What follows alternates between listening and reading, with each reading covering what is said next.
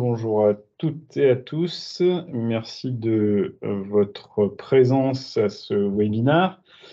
On va partager un vaste sujet aujourd'hui qui est l'architecture d'entreprise, et je vais essayer de vous permettre de mieux comprendre cette discipline qui est assez vaste, mais qui, au travers de cette présentation, doit devenir un peu plus clair. En tous les cas, c'est l'objectif. Donc, comme le disait Noémie, j'essaierai de répondre à vos questions en fin de séance. Et si ce n'est pas le cas, n'hésitez pas à revenir vers moi par mail. Vous aurez l'ensemble de mes coordonnées et le replay pour revoir, bien évidemment, les quelques slides sur lesquels on serait passé trop vite. Alors, ce que je vous propose, c'est ce périmètre de l'architecture d'entreprise, d'en parler un petit peu, de revenir sur les origines de l'architecture d'entreprise, quels sont les pain points qui sont pris en charge par cette discipline, pourquoi on le fait, et surtout aussi quels sont les rôles qui participent à cette discipline dans l'architecture d'entreprise, pardon. Vous verrez qu'on l'appelle EA pour Enterprise Architecture, architecture d'entreprise, entreprise architecture, enfin bref, vous l'aurez compris, il y a pas mal d'anglicismes aussi dans ce domaine-là.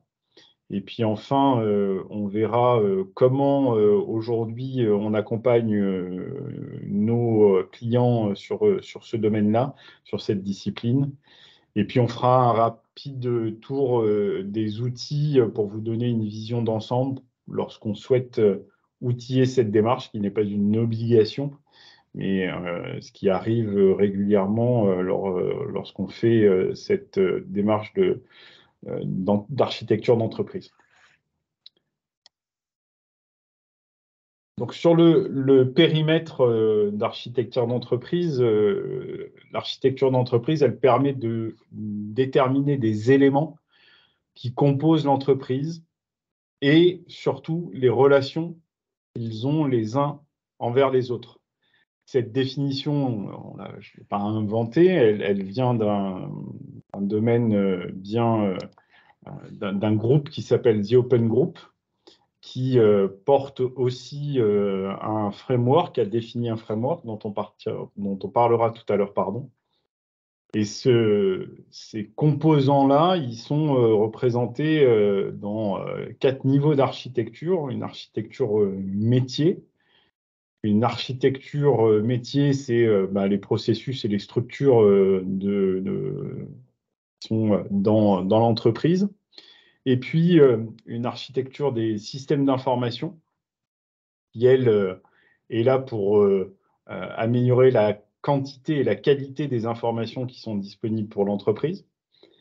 Une architecture d'application qui, elle, est là pour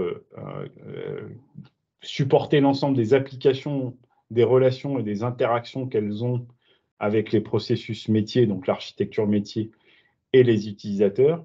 Et puis enfin, l'architecture technique qui, elle, décrit toute la partie infrastructure et les composants qui justement composent cette infrastructure, que ce soit les serveurs, les réseaux, les middleware aujourd'hui avec toute l'interopérabilité. Pardon, c'est un mot qui n'est pas facile, mais qu'on doit adresser au travers de l'architecture technique. Alors, on va revenir tout ça sur les origines de l'architecture d'entreprise. L'architecture d'entreprise, elle trouve ses origines à la fin des années 80. Aux États-Unis, on a une personne qui travaille chez IBM, qui s'appelle John Zachman, et qui définit un cadre, donc un framework, qui porte son nom, qui maintenant porte son nom, c'est le framework Zachman, qui lui permet d'identifier et de structurer différents concepts et donc de modéliser l'entreprise. Alors là, vous retrouverez un semblant d'une petite démarche qui s'appelle QQO, OQCP. On n'a pas le C du combien, mais c'est bien cette même vision qu'on a du qui au travers de l'organisation, du quoi en parlant des données, du où en parlant du réseau, du quand en parlant du temps et du comment en parlant du process et pour quelles raisons, donc de la motivation. Et cette vision-là de la définition de l'entreprise et des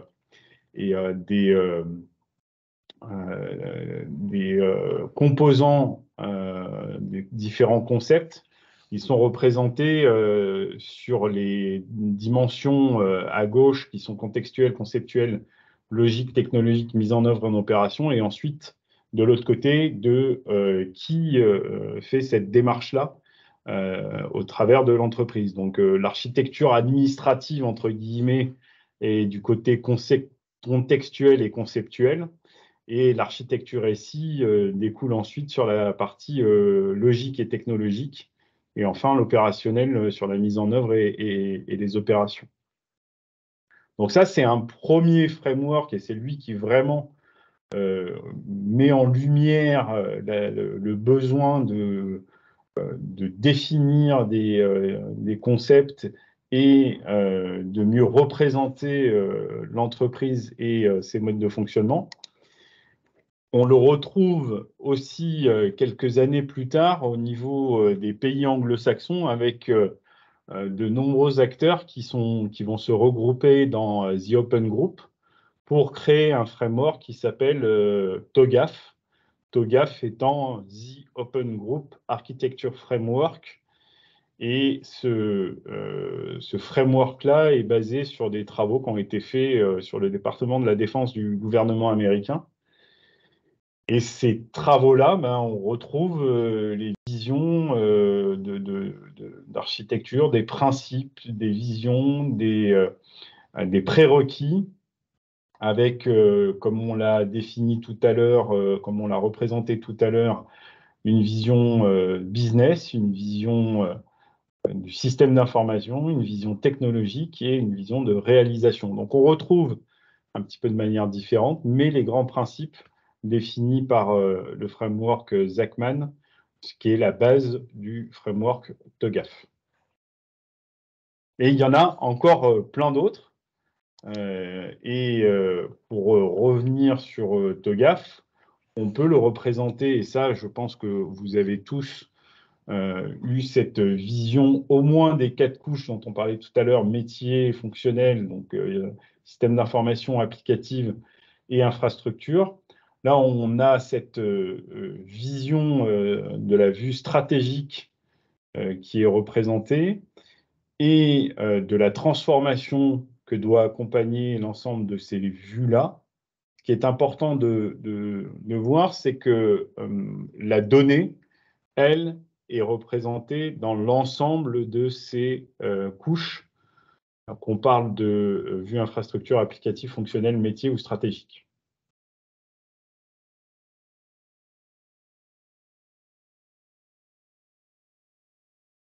Et comme je vous l'ai dit, il y en a d'autres. Et une des autres visions de l'architecture, c'est de l'urbanisation. Vous avez cette vision d'un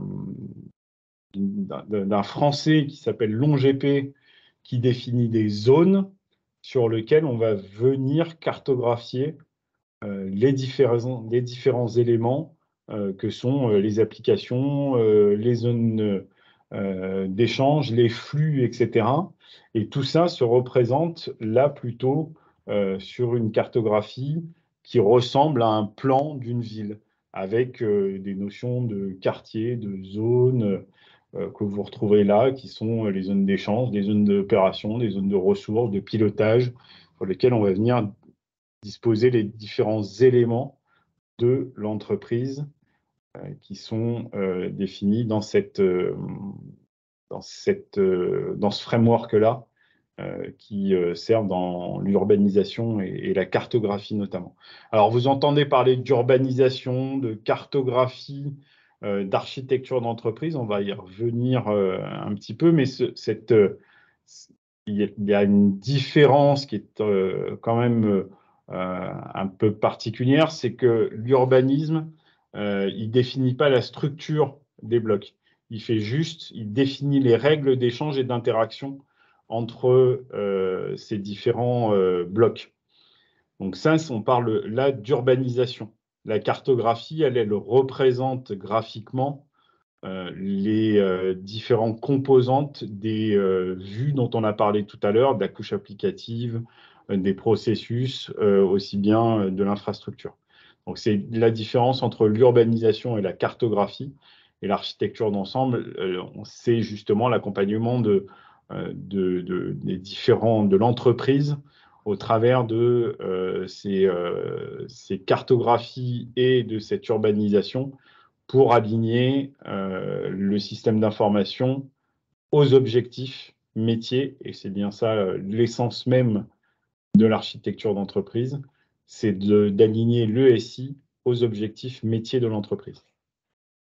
Objectif business, bien évidemment, pardon. Alors, qu'est-ce que traite comme pain points l'architecture d'entreprise, hein? C'est la complexité croissante liée à l'extension des technologies au sein de l'entreprise. Avant, on était très centré sur la gestion, on est passé à la production et aujourd'hui, avec un écosystème qui s'ouvre à l'extérieur, avec toute la digitalisation des processus et des parcours clients. Donc, on a une complexité importante des systèmes d'information. On a un manque d'agilité aussi, donc du coup, pour aligner ces différents systèmes avec la stratégie souhaitée. Plus on a grossi ces systèmes d'information, plus ils ont du mal à évoluer. On a une dépendance aussi qui est croissante liée à des composants externes. Aujourd'hui, on retrouve tout avec ces systèmes d'APIisation des interactions du système d'information interne avec des systèmes externes, des applications qui sont en SaaS et qui sont absolument pas supervisées ni hébergées par l'entreprise. Donc, on a cette dépendance aussi. On l'a aussi sur les dépendances aux éditeurs. C'est un des principes de l'architecture d'équilibrer cette dépendance que peut avoir un système d'information par rapport à ces éditeurs-là. Et donc, on essaye d'apporter des réponses là au travers de l'architecture d'entreprise sur l'ensemble de ces pain points qui sont présents ici et dont on a, au travers du sondage, une vision de ce que peuvent vivre, ce que vous pouvez vivre, vous, en tant qu'utilisateur des systèmes d'information, que ce soit nous chez ASI ou vous dans vos entreprises.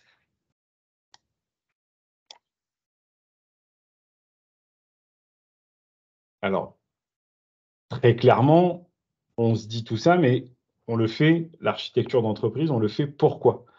Pour définir en effet une référence d'un système d'information au travers de schémas directeurs, de plans de transformation. Et on fait tout ça pour justement pouvoir partager une vision commune et faciliter la communication entre les différents acteurs de la transformation. Ça doit aussi permettre d'éclairer des choix sur cette transformation au service des métiers. Souvent, on peut donner cette impression au système d'information de mettre des contraintes au niveau des métiers. Et c'est justement parce qu'on est capable de leur donner une meilleure vision au travers de l'architecture d'entreprise que ces contraintes peuvent être prises en compte et peuvent se transformer aussi en opportunités. Donc, c'est améliorer, bien évidemment, la performance des projets en ayant une meilleure vision de l'impact que peut avoir un projet sur le système d'information et sur l'évolution du système d'information. Et puis, On a aujourd'hui très clairement une vision économique aussi du système d'information, donc il faut l'optimiser de ce point de vue-là, le rationaliser, évidemment avoir une vision des fonctionnalités de notre système d'information et de se rendre compte qu'on a potentiellement une, deux, voire trois solutions applicatives qui répondent à un seul et même à une seule et même fonctionnalité, à un seul et même besoin métier, on va peut-être pouvoir commencer à se dire qu'il va falloir faire des projets aussi de rationalisation du système d'information, ou en tous les cas, si on fait le choix, et on revient là sur l'éclairage qu'on doit apporter au choix, si on fait le choix de garder une ou deux solutions applicatives, on le fait de manière éclairée et consciente. C'est aussi améliorer la gestion, bien évidemment, du patrimoine de l'information. On reverra juste après dans les rôles qu'on a un certain nombre d'architectes et on entend beaucoup parler d'architectes data en ce moment. C'est bien évidemment améliorer aussi la gestion du patrimoine d'information de l'entreprise et améliorer la cohérence qu'on a sur ce système d'information, qu'on essaye d'avoir sur ce système d'information.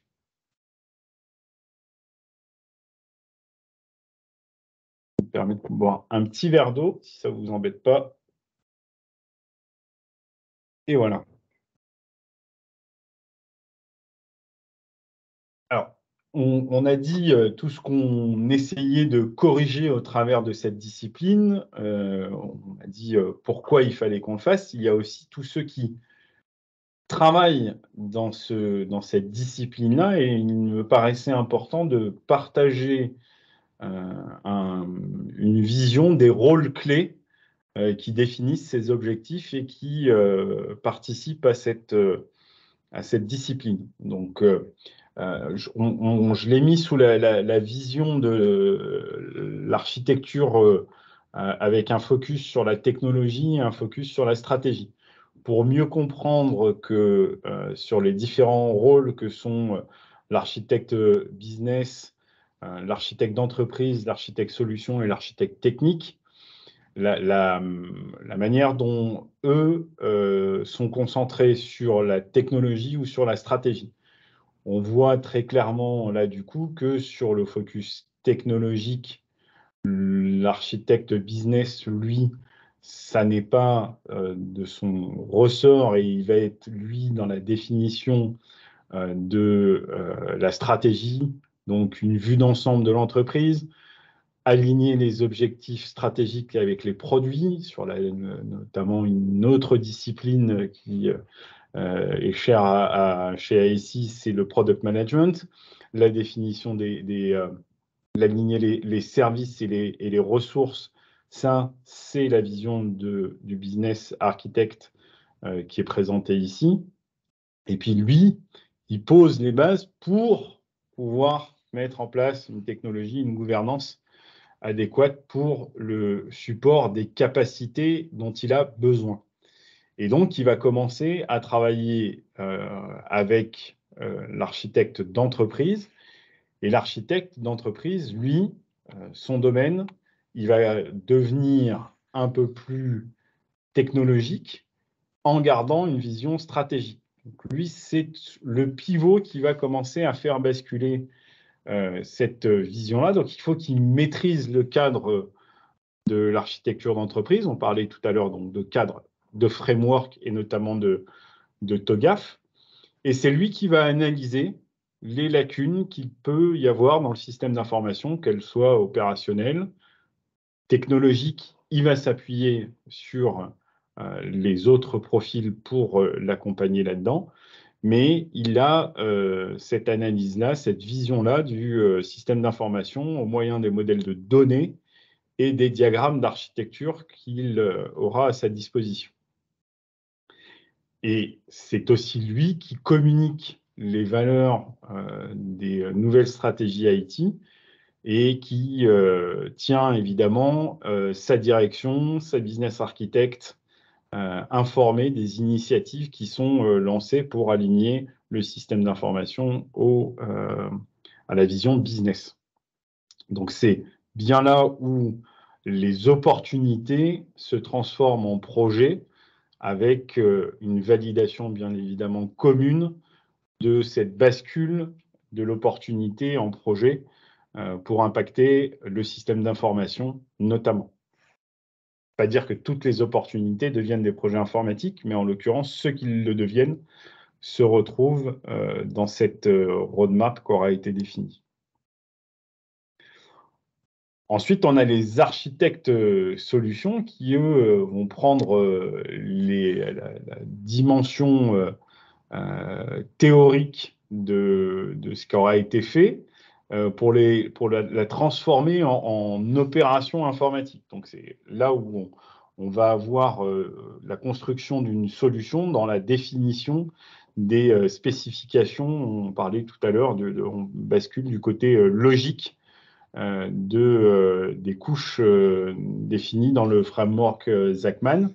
Et on va construire une solution. Ça ne veut pas dire qu'on la réalise encore, mais c'est bien là la différence. On construit avec un architecte solution et un architecte technique la vision, le système d'information d'un point de vue applicatif et infrastructure. Ça veut dire qu'on définit des solutions optimales pour les problèmes qui existent, qui ont été révélés par les besoins du business architect et de l'architecture d'entreprise auprès des métiers. C'est aussi lui qui veille à ce que les risques technologiques soient pris en compte et que les solutions répondent à ces besoins-là et à ces exigences définies par notamment aujourd'hui les services sécurité qui sont de plus en plus présents dans le système d'information. Et puis enfin, vous avez l'architecte technique. Alors, c'est l'architecte data qu'on pourrait aussi intégrer dans cette vision-là, va être à cheval, lui, entre l'architecte solution et l'architecte technique. Et lui, il a un niveau d'expertise approfondi qui permet de fournir des recommandations et qui va mettre en œuvre des processus techniques pour le déploiement de nouvelles solutions. Enfin, c'est lui qui permet de délivrer aux utilisateurs finaux des produits qui sont fonctionnels et dans les temps impartis. Donc, on voit bien qu'on a des intégrations dans cette slide-là, des intégrations entre ces différents rôles qui portent l'ensemble de l'architecture d'entreprise au niveau d'un service. Donc, on a souvent des architectes techniques. On a quelquefois des visions de l'architecte solution, mais on a rarement aujourd'hui, à part dans les grandes structures, des visions d'architecte d'entreprise et des visions d'architecte business. Donc, ce qu'on va apporter, nous, c'est la vision justement de l'activité de ces architectes pour leur donner de la légitimité au niveau de l'entreprise pour que justement on structure cette démarche-là, cette discipline dans l'entreprise et qu'elle ne soit pas qu'un slide de cartographie des systèmes d'information qui n'est pas toujours à jour, mais qui participe à l'ensemble de la construction du système d'information. Donc, les activités qui sont réalisées, c'est bien la définition de l'architecture de référence du système d'information. On renforce les fondations, on participe au projet, et ça, il faut être très clair, une fois qu'on a validé l'opportunité, qu'on la transforme en projet, on doit avoir une participation au projet pour s'assurer que l'alignement qui est fait au départ avec les principes d'architecture, avec la vision de l'architecture, reste constante au niveau des projets.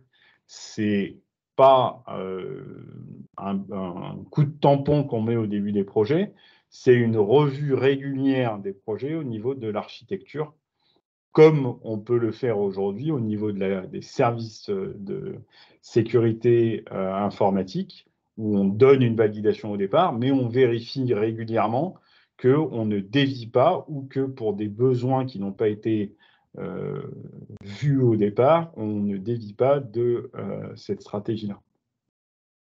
On prend en charge évidemment la gouvernance du patrimoine applicatif lorsqu'on est architecte d'entreprise et au travers des outils, si on a la chance de pouvoir outiller cette démarche-là, on maintient et on diffuse la connaissance du système d'information.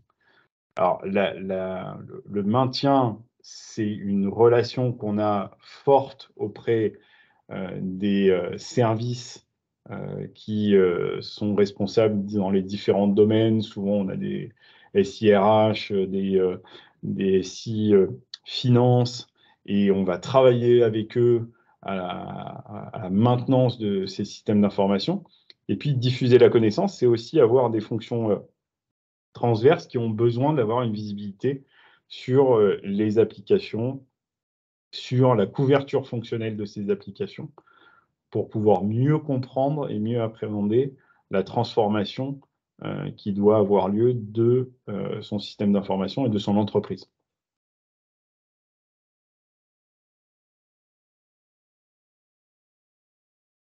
Alors, la manière dont on travaille aujourd'hui chez ASI dans cette démarche d'accompagnement de nos clients, elle est, je dirais au départ, très pragmatique. On a eu très souvent des demandes de vision, de cartographie. Donc, on est sur cette vision de couche métier en termes de revue des processus. Donc, on va avoir besoin de faire un inventaire de processus. Donc, ça, on le faisait habituellement chez nos clients. On a commencé à avoir une vision cartographie applicative où nos clients ont souhaité qu'on les accompagne sur l'aide au choix d'une solution qui leur permette d'avoir une cartographie applicative et qui soit mise à jour facilement et pas uniquement dans un PowerPoint qui traîne. Aussi parce qu'en termes d'audit, de plus en plus, ce besoin se fait sentir et on leur demande très clairement une cartographie applicative de leur système d'information. Et puis, vous aviez tous, quelque part, une vision de la couche technologique et donc de l'infrastructure, mais qui n'était absolument pas partagée. Et donc, faire le lien entre la couche applicative et la couche technologique n'était pas très clairement facile au travers du système d'information. Et donc, à part dans 2 bureaux de la partie infra des DSI, il n'y avait pas grand monde qui savait sur quel serveur était installé telle ou telle application et surtout la dépendance que ça pouvait avoir lorsque on avait des soucis d'infrastructure. Donc cette vision-là, nos clients souhaitaient commencer à avoir une vision d'ensemble et donc on a commencé à s'intéresser à cette discipline-là, l'architecture d'entreprise.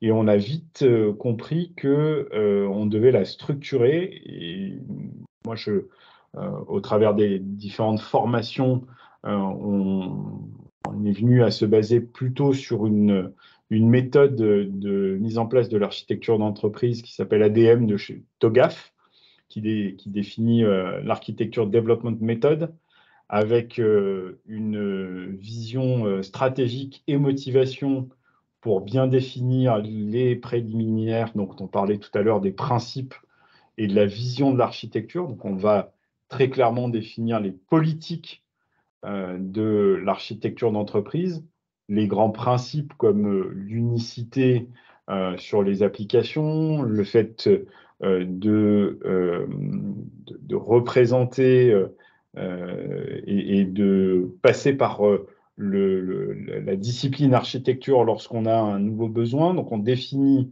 un certain nombre de principes qui sont partagés, surtout partagés à tous. On a besoin, au travers de la vision de l'architecture, d'un sponsor très fort au sein de l'entreprise pour ne pas être ressenti lorsqu'on fait ce métier-là comme un frein à l'évolution du système d'information ou un frein aux demandes des métiers, parce qu'on est un peu pris aussi entre deux feux, puisqu'on essaye d'être cohérent et d'avoir une vision d'ensemble. Et cette méthode-là de mise en place de l'architecture, on l'accompagne auprès de nos clients avec une acculturation qui est un élément important pour que tout le monde comprenne cette démarche-là.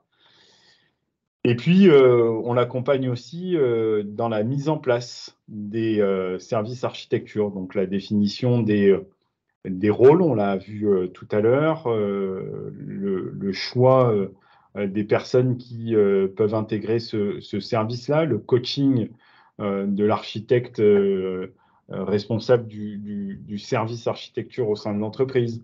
Donc toute cette dimension-là, c'est aujourd'hui ce qu'on fait dans les entreprises qui sont aujourd'hui, on va dire, néophytes dans cette discipline d'architecture d'entreprise. Alors, on faisait tous un peu de cartographie, on faisait tous un peu d'urbanisation, mais dans la vision globale qui va des objectifs métiers jusqu'à la couche technologique, là, certaines grandes entreprises le font, et évidemment que elles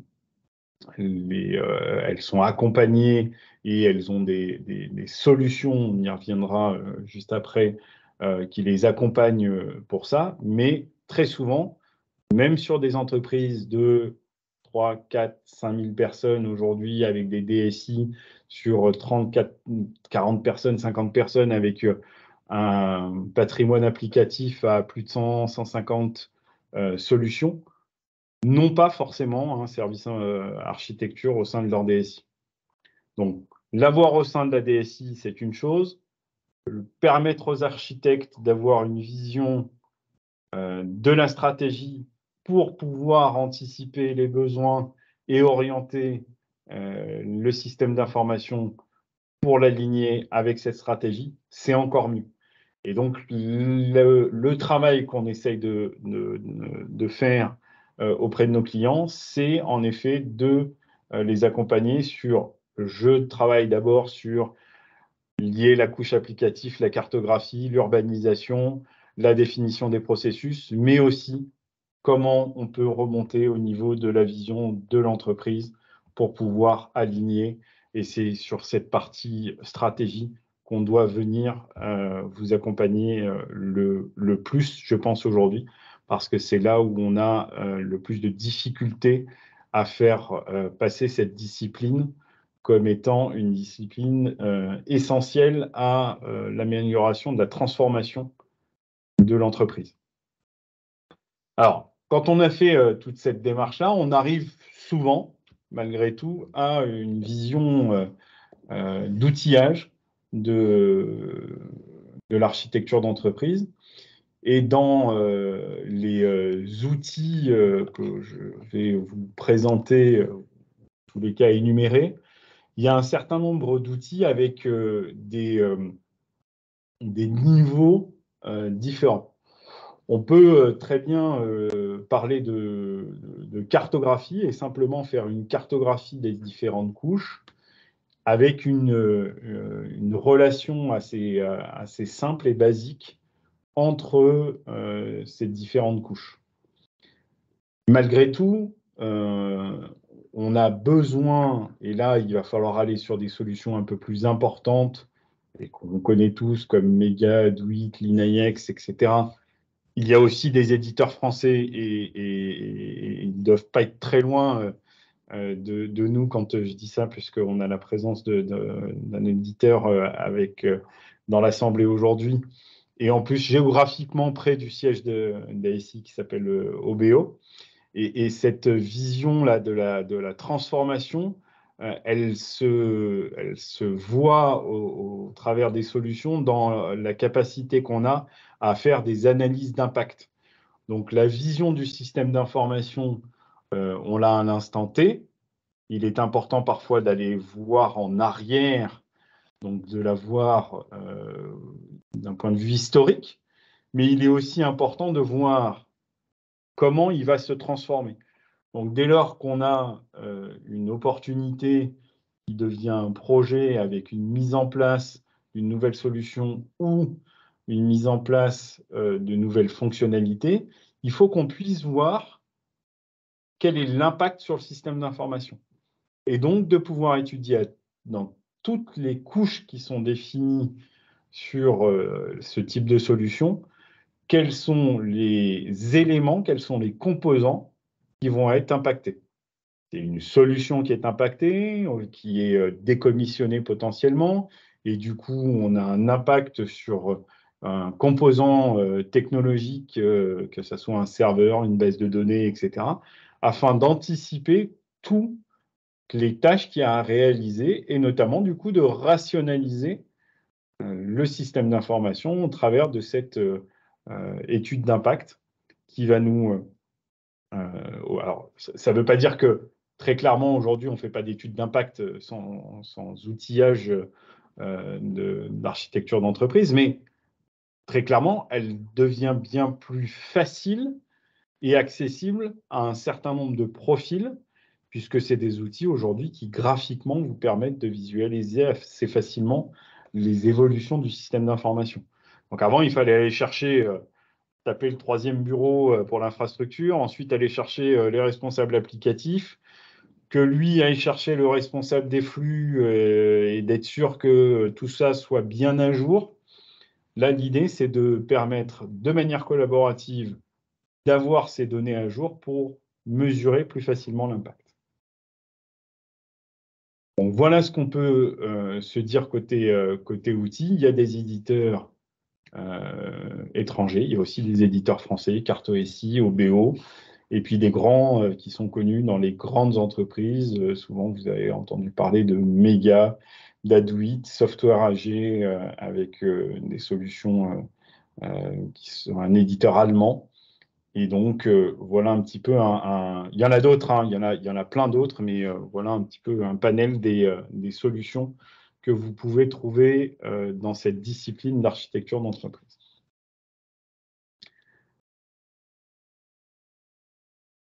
Tout ça, je l'ai un petit peu réfléchi avec toutes ces lectures que vous retrouverez dans cette dernière slide, qui sont en fait les liens vers le framework Zachman, The Open Group aussi. Vous avez un élément important, et je pense qu'on devrait tous passer un peu de temps à lire ce qui est publié sur l'Agence nationale des sécurités des systèmes d'information, parce que c'est un guide, là en l'occurrence sur la cartographie, qui est très accessible et qui va vous donner une vision de ce que vous devez faire en termes de cartographie. Et puis, pour le partage, vous avez aussi, je vous ai mis deux liens qui sont, d'un point de vue plus national, le club Urba EA, qui est basé à Paris et qui rassemble un certain nombre de collègues, de confrères sur cette discipline. Et puis au niveau de l'ADIRA, alors là c'est plus lyonnais, moi qui suis lyonnais, mais sur la région Rhône-Alpes, vous avez à l'ADIRA un groupe qui s'appelle Architecture et Innovation, qui travaille avec un autre groupe qui s'appelle le groupe Data, pour justement faire avancer cette discipline-là, échanger sur les bonnes pratiques, partager avec les différentes entreprises qui sont membres de l'ADIRA et les différents éditeurs ou ESN qui sont dans ce groupement-là qui s'appelle l'ADIRA.